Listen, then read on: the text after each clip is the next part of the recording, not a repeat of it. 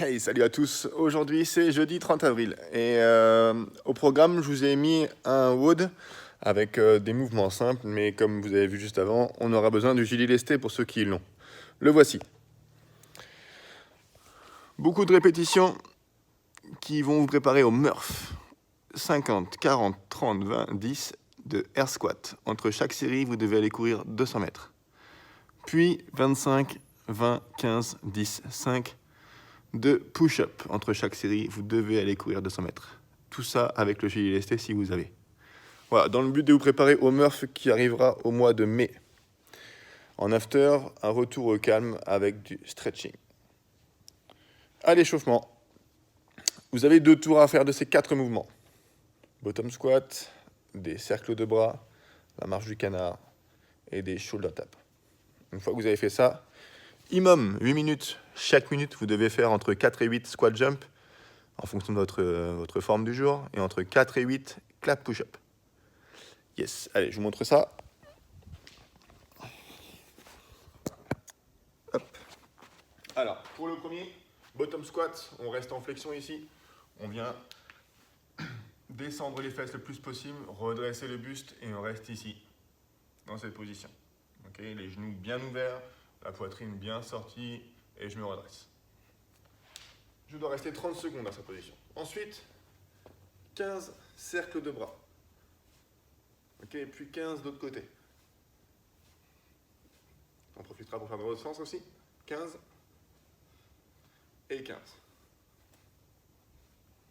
Ok. Ensuite, vous vous mettez en position de squat et vous marchez en canard ici. Les pieds bien à plat. Ok, et on doit faire 5 mètres en tout. Yes. Et on finit par des shoulder taps. Position de push-up. Et je viens toucher mes épaules sans bouger mes hanches. 30 fois tranquille, sans chercher à aller trop vite. Ça, c'est l'échauffement. Vous avez 2 tours à faire. Okay.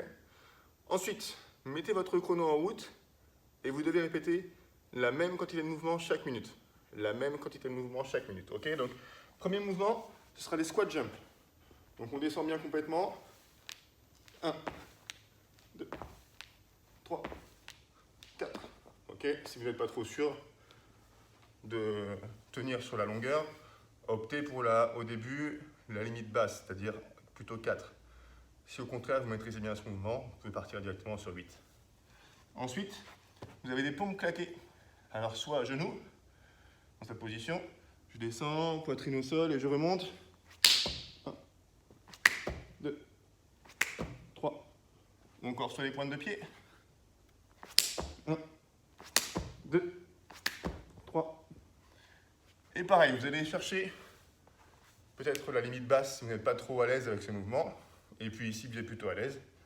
Essayez de rentrer les 8 plus 8 dans la minute. Voilà, ça va bien vous préparer pour la suite. Hop. La suite, c'est ça. Un contre-jour. 50, 40, 30, 20, 10. Air squat. 200 mètres de course entre chaque série. 25, 20, 15, 10, 5. Push-up. Donc pas claqué. Hein. Et 200 mètres de course entre chaque série.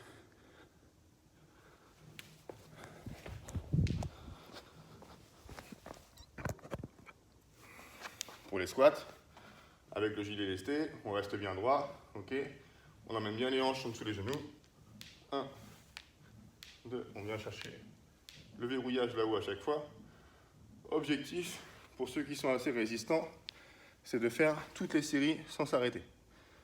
Okay, trouver un rythme pour ne pas vous arrêter. Si vous avez commencé le CrossFit récemment, et si la série de 50 vous fait un peu peur, quoi, coupez la série à l'avance. Essayez de faire des séries de 10 peut-être, ou des séries de 15, en laissant 10-15 secondes de récup entre chaque. Okay. Mais pour ceux qui font du CrossFit régulièrement, toutes les semaines, une fois ou deux, depuis quelques mois, essayez d'enchaîner toutes ces séries-là sans vous arrêter. La course à pied, elle ne va pas être très rapide. Hein. Vous allez essayer de mettre du rythme, vous allez voir, mais vous allez partir avec les jambes, j'appelle ça avoir les jambes pleines. Mais en fait, vous n'allez pas avoir des sensations qui vont être top pour la course à pied. Ça va être un bon moyen de récupérer avant de repartir sur notre série avec un peu moins de répétitions. Voilà, donc 50, 40, 30, 20, 10 pour les squats. Et après, on passe au push-up. Donc, il n'y a pas de transition entre les deux. Les push-up, donc comme on a fait tout à l'heure, mais sans le clap. Donc, soit à genoux, les coudes fléchis vers l'arrière. Okay. Ou alors sur les pointes de pied, les coudes fléchis aussi vers l'arrière. Et on touche bien la poitrine au sol. Donc, pour ceux qui sont solides sur les push-ups, pareil, on peut envisager de peut-être faire des séries unbroken ou découper la série en 2 ou en 3. Et puis, pour ceux chez qui ça fait un peu peur de prendre autant de répétitions, faites des toutes petites séries et laissez peu de pauses à chaque fois entre chaque série.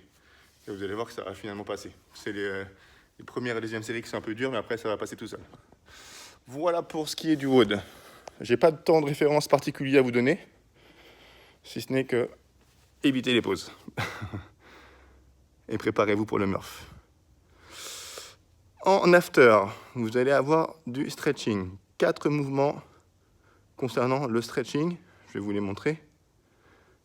Et il faut essayer de rester à chaque fois 1 minute par côté.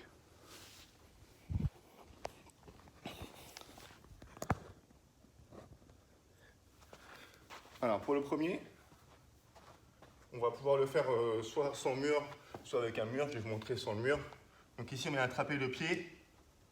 Hop, même côté avec la main. Et on cherche à tourner les épaules vers l'avant et on pousse les hanches vers l'avant. Voilà, l'autre solution, c'est de mettre la pointe de pied contre le mur. Okay.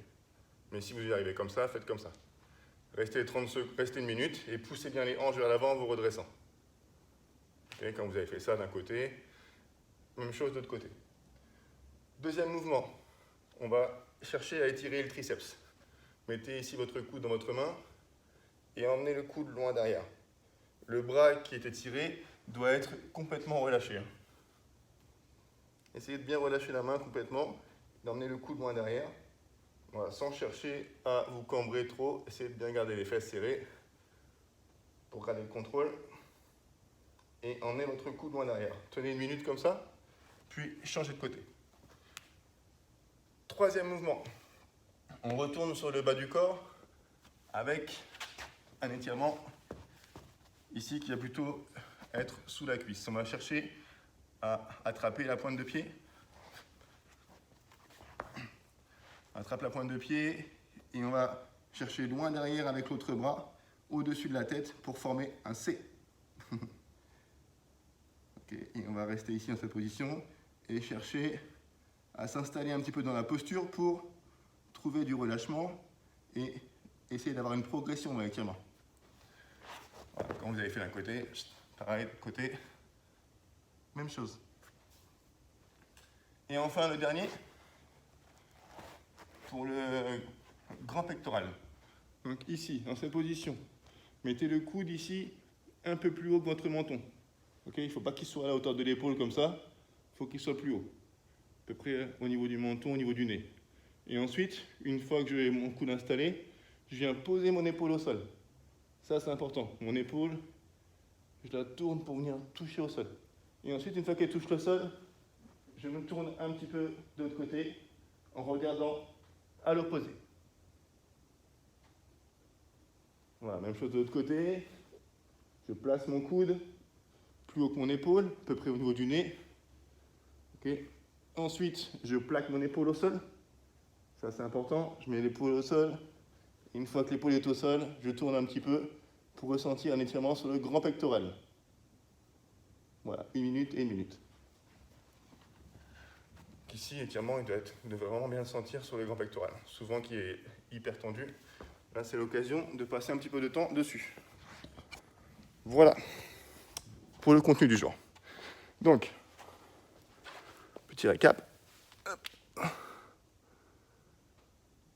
1 minute à chaque fois par station. Et ce stretching, faites-le bien après avoir fait l'effort du WOD. Hein. Laissez passer même s'il y a besoin 10 minutes, un quart d'heure, même un peu plus, hein, le temps de bien récupérer. Il faut que vous soyez calme, il faut que vous soyez détendu pour faire ce stretching, pour qu'il soit efficace. Et puis voilà, essayez de bien vous relâcher pour ressentir un étirement profond et une progression dans l'étirement. Très bien. Eh bien, passez une très bonne journée. Et puis, je vous dis à demain pour un nouveau WOD. Ce sera le WOD du 1er mai. Donc, un WOD un peu spécial demain. Allez, ciao, ciao.